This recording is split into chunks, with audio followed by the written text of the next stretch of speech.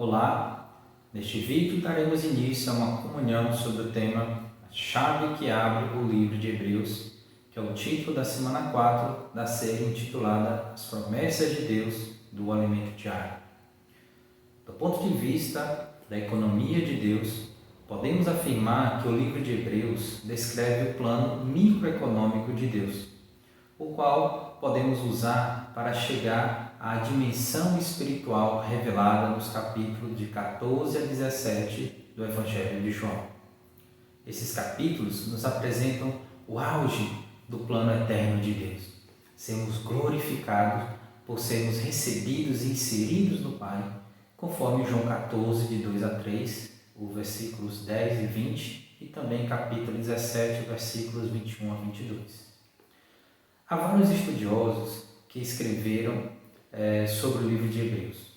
Um deles afirmou que seu conteúdo descreve a superioridade de Cristo em relação aos anjos, a Moisés, ao sacerdócio levítico e a Arão. De fato, Cristo é superior a tudo e a todos, mas buscamos aplicar esse livro de maneira prática no nosso dia a dia e no nosso viver da igreja. Muitos discutem sobre a autoria do livro. Alguns dizem que a forma como o conteúdo é apresentado e como as verdades são transmitidas se parece muito com os escritos de Paulo. Mas, apesar de a ambientação do livro se parecer com suas epístolas, outros autores afirmam que o estilo é muito diferente dos escritos dele. Bom, não vamos prosseguir com esse debate sobre a autoria de Hebreus, pois para nós o importante é saber que o autor misterioso e maravilhoso foi poderosamente usado por Deus para nos apresentar uma realidade espiritual única na Terra. Hebreus nos apresenta Melquisedeque, que significa Rei da Justiça, Rei de Salém, que é Rei da Paz. Mas quem sabe dizer qual é a origem desse rei? Quem de fato foi ele? Melquisedeque abençoou Abraão, o que indica que era superior a Abraão, pois somente uma pessoa superior poderia abençoar uma inferior. Como retribuição, Abraão lhe deu o dízimo, segundo Gênesis 14, de 18 a 20 e Hebreus 7, de 1 a 13. Da mesma forma, a tribo de Levi e a casa de Arão, a que pertencia o sacerdócio, também dava um dízimo a Melquisedeque por meio de Abraão, conforme Hebreus 7, de 7 a 10. Todos esses mistérios somente poderão ser compreendidos por nós se sairmos dessa esfera física e entrarmos na dimensão espiritual.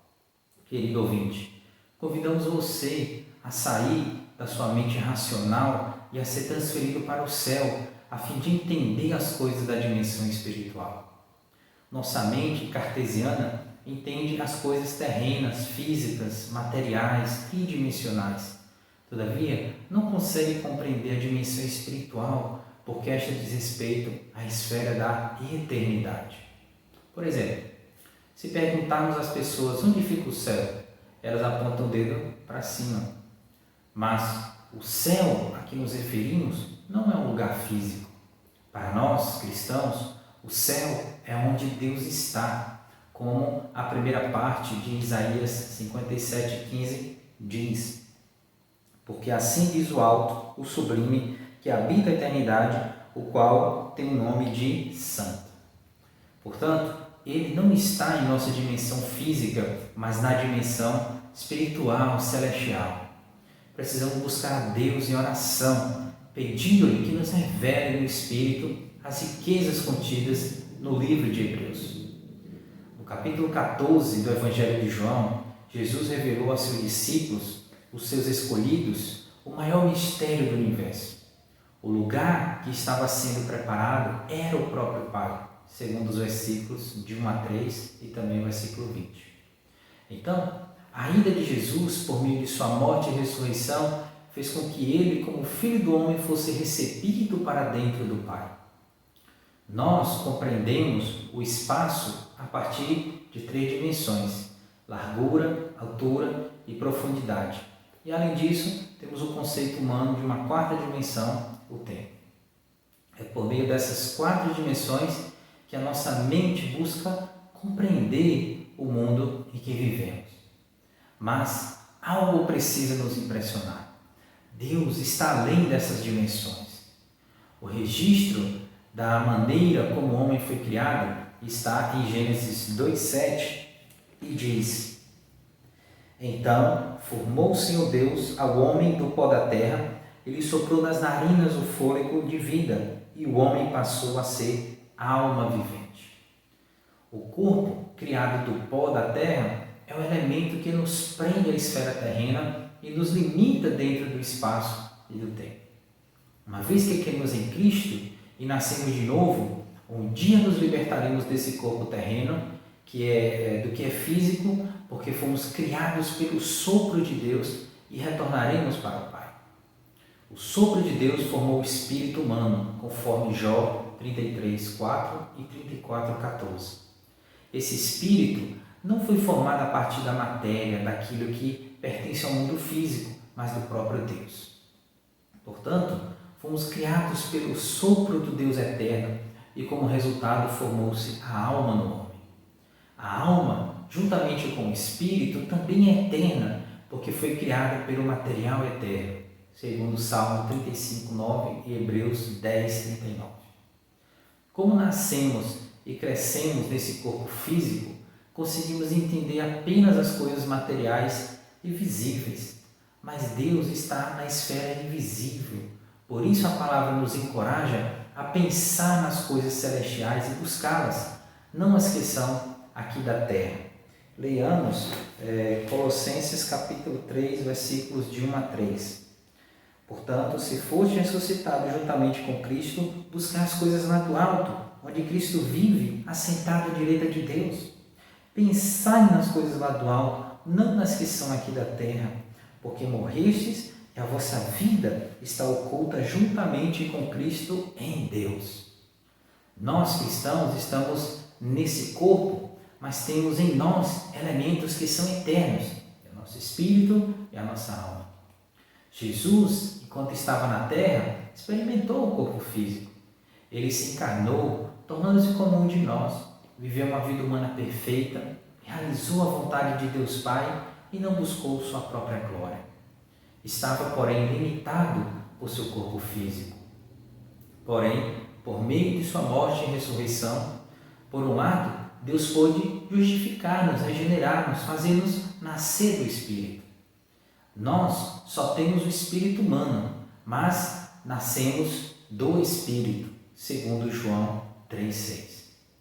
Por outro lado, ao morrer e ressuscitar, Jesus teve seu corpo terreno, limitado pelo tempo e espaço, transfigurado em um corpo de glória, que é sem limitações, conforme 1 Coríntios 15, do 42 ao 47. Deus o ressuscitou e assim ele saiu da dimensão física. Em João 20:19, após ressuscitar, ele apareceu a seus discípulos que estavam dentro de uma casa com as portas trancadas. Ele podia aparecer e desaparecer, pois não estava limitado pelo corpo físico, nem pelo tempo, nem pelo espaço, mas estava em outra dimensão. Aleluia! De acordo com Isaías 57:15 e Hebreus 1:3, na ressurreição, Deus recebeu Jesus para dentro de si, porque ambos estavam na mesma direção da eternidade. Usamos o conceito de espaço e tempo para entender que seremos plenamente inseridos em Deus Pai, que está na dimensão celestial. Isso significa que está além da nossa compreensão de altura, de largura, profundidade e tempo. Precisamos do espírito de sabedoria e revelação, pois não conseguiremos tocar na realidade do Senhor apenas com os sentidos físicos. Precisamos ativar e exercitar nossa fé, pois ela é o portal para a dimensão da eternidade, onde teremos experiências maravilhosas com o nosso Deus. Aleluia! Nossa mente racional compreende, então, o mundo a partir dessas 4 dimensões, como já disse, altura, largura, profundidade, as 3 dimensões do espaço e o tempo. Por isso, temos mais facilidade em compreender uma linha do tempo com início, meio e fim, conforme a figura.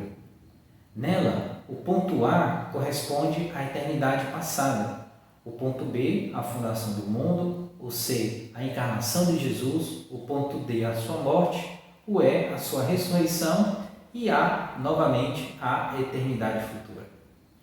Como já dito, Deus está em outra dimensão, na eternidade. Então, como podemos conectar-nos ao nosso Deus eterno? Quando Jesus ressuscitou, já não estava limitado a tempo e espaço. Ele foi recebido pelo Deus que habita na eternidade em luz inacessível, segundo 1 Timóteo 6,16. Por se encontrar na dimensão da eternidade, em Tiago 1,17 está registrado que nele não pode haver variação ou sombra de mudança. Para compreendermos isso, vamos pegar essa linha do tempo, dobrá-la, juntando as suas extremidades. Na primeira linha do tempo, linear, conseguimos identificar aquilo que vem antes e depois, segundo a sequência dos pontos A, B, C, D e E, e A novamente. Mas agora, na figura da circunferência, já não faz mais sentido falar sobre aquilo que vem antes e depois, pois ela representa a eternidade.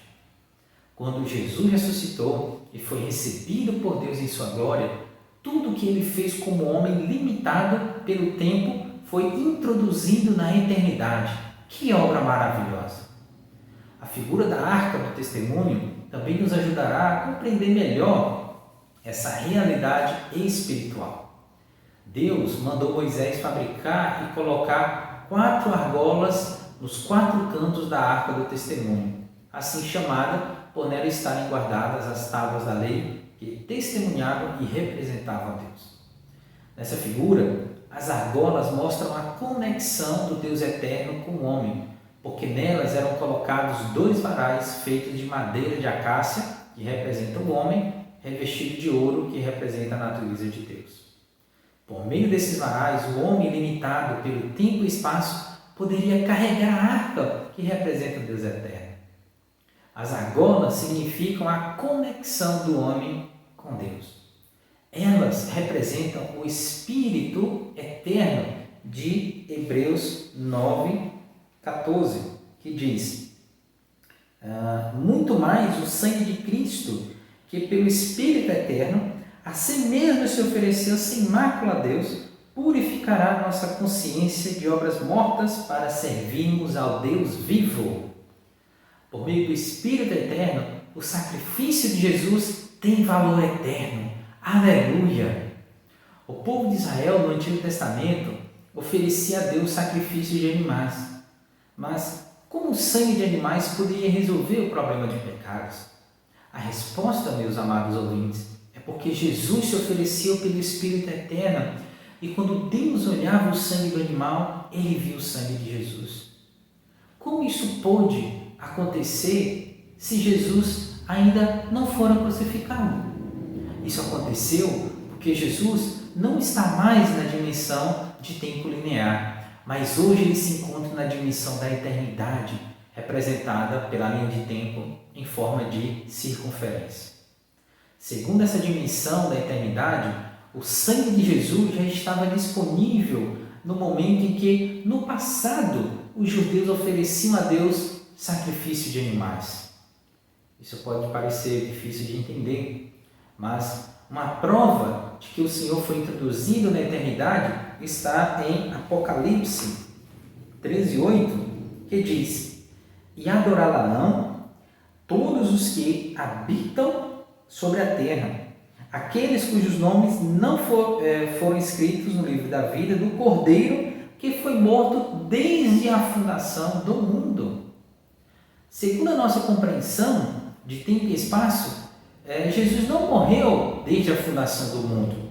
Jesus morreu no tempo, quase 2000 anos atrás, e no espaço, na região da Judéia. Mas por que a Bíblia afirma que o Cordeiro foi morto desde a fundação do mundo? Porque Jesus não mais está nessa dimensão de tempo e espaço compreendida pela mente humana, mas na dimensão eterna, pois ele ofereceu o seu sacrifício pelo Espírito Eterno. Louvado seja o nome do Senhor. O livro de Hebreus está repleto de expressões como para sempre, uma vez por todas, coisas eternas, coisas celestiais, no céu, nas alturas, revelando com isso que Deus está falando a partir de outra dimensão, da dimensão da eternidade. Por isso, querido ouvinte, aproveite essa oportunidade para se lançar aos pés do Senhor e buscar pela fé a comunhão de que precisa para entrar na esfera da eternidade. É com esse sentimento que devemos estudar o livro de Hebreus. Louvado seja o Senhor. Hebreus 1:1 nos diz assim: havendo Deus outrora falado muitas vezes e de muitas maneiras aos pais pelos profetas. Isso indica que, na dispensação da lei, no Antigo Testamento, Deus falou pelos profetas. Uma dispensação corresponde a um determinado período em que Deus se relaciona com o homem segundo regras estabelecidas por ele. Quando, no versículo 2, lemos: nestes últimos dias, nos falou pelo Filho, a quem constituiu herdeiro de todas as coisas, pelo qual também fez o universo. A expressão nesses últimos dias pressupõe que houve uma mudança de dispensação. Observamos o fim da dispensação da lei e o início da dispensação da graça. Este versículo afirma que Deus constituiu o Filho herdeiro de todas as coisas, pelo qual também fez o universo, para se referir a Jesus como Filho unigênito de Deus, como aquele que já estava com o Pai antes de surgir o universo. Agora, na primeira parte do versículo 3, confirmamos isso quando diz: ele é o resplendor da glória e a expressão exata do seu ser.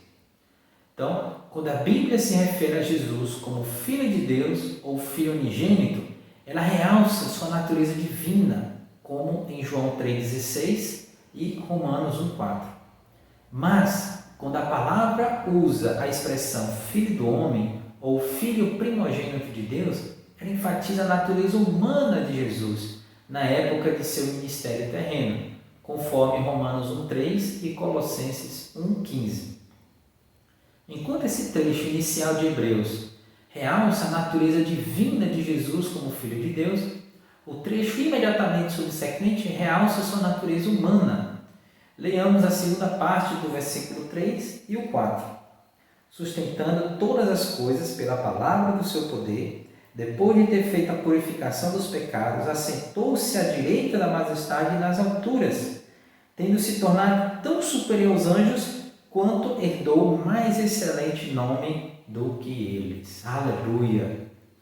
Quando o texto afirma que Jesus se assentou nas alturas, significa que ele está hoje em outra dimensão, na dimensão celestial, eterna, onde não há limitação do tempo.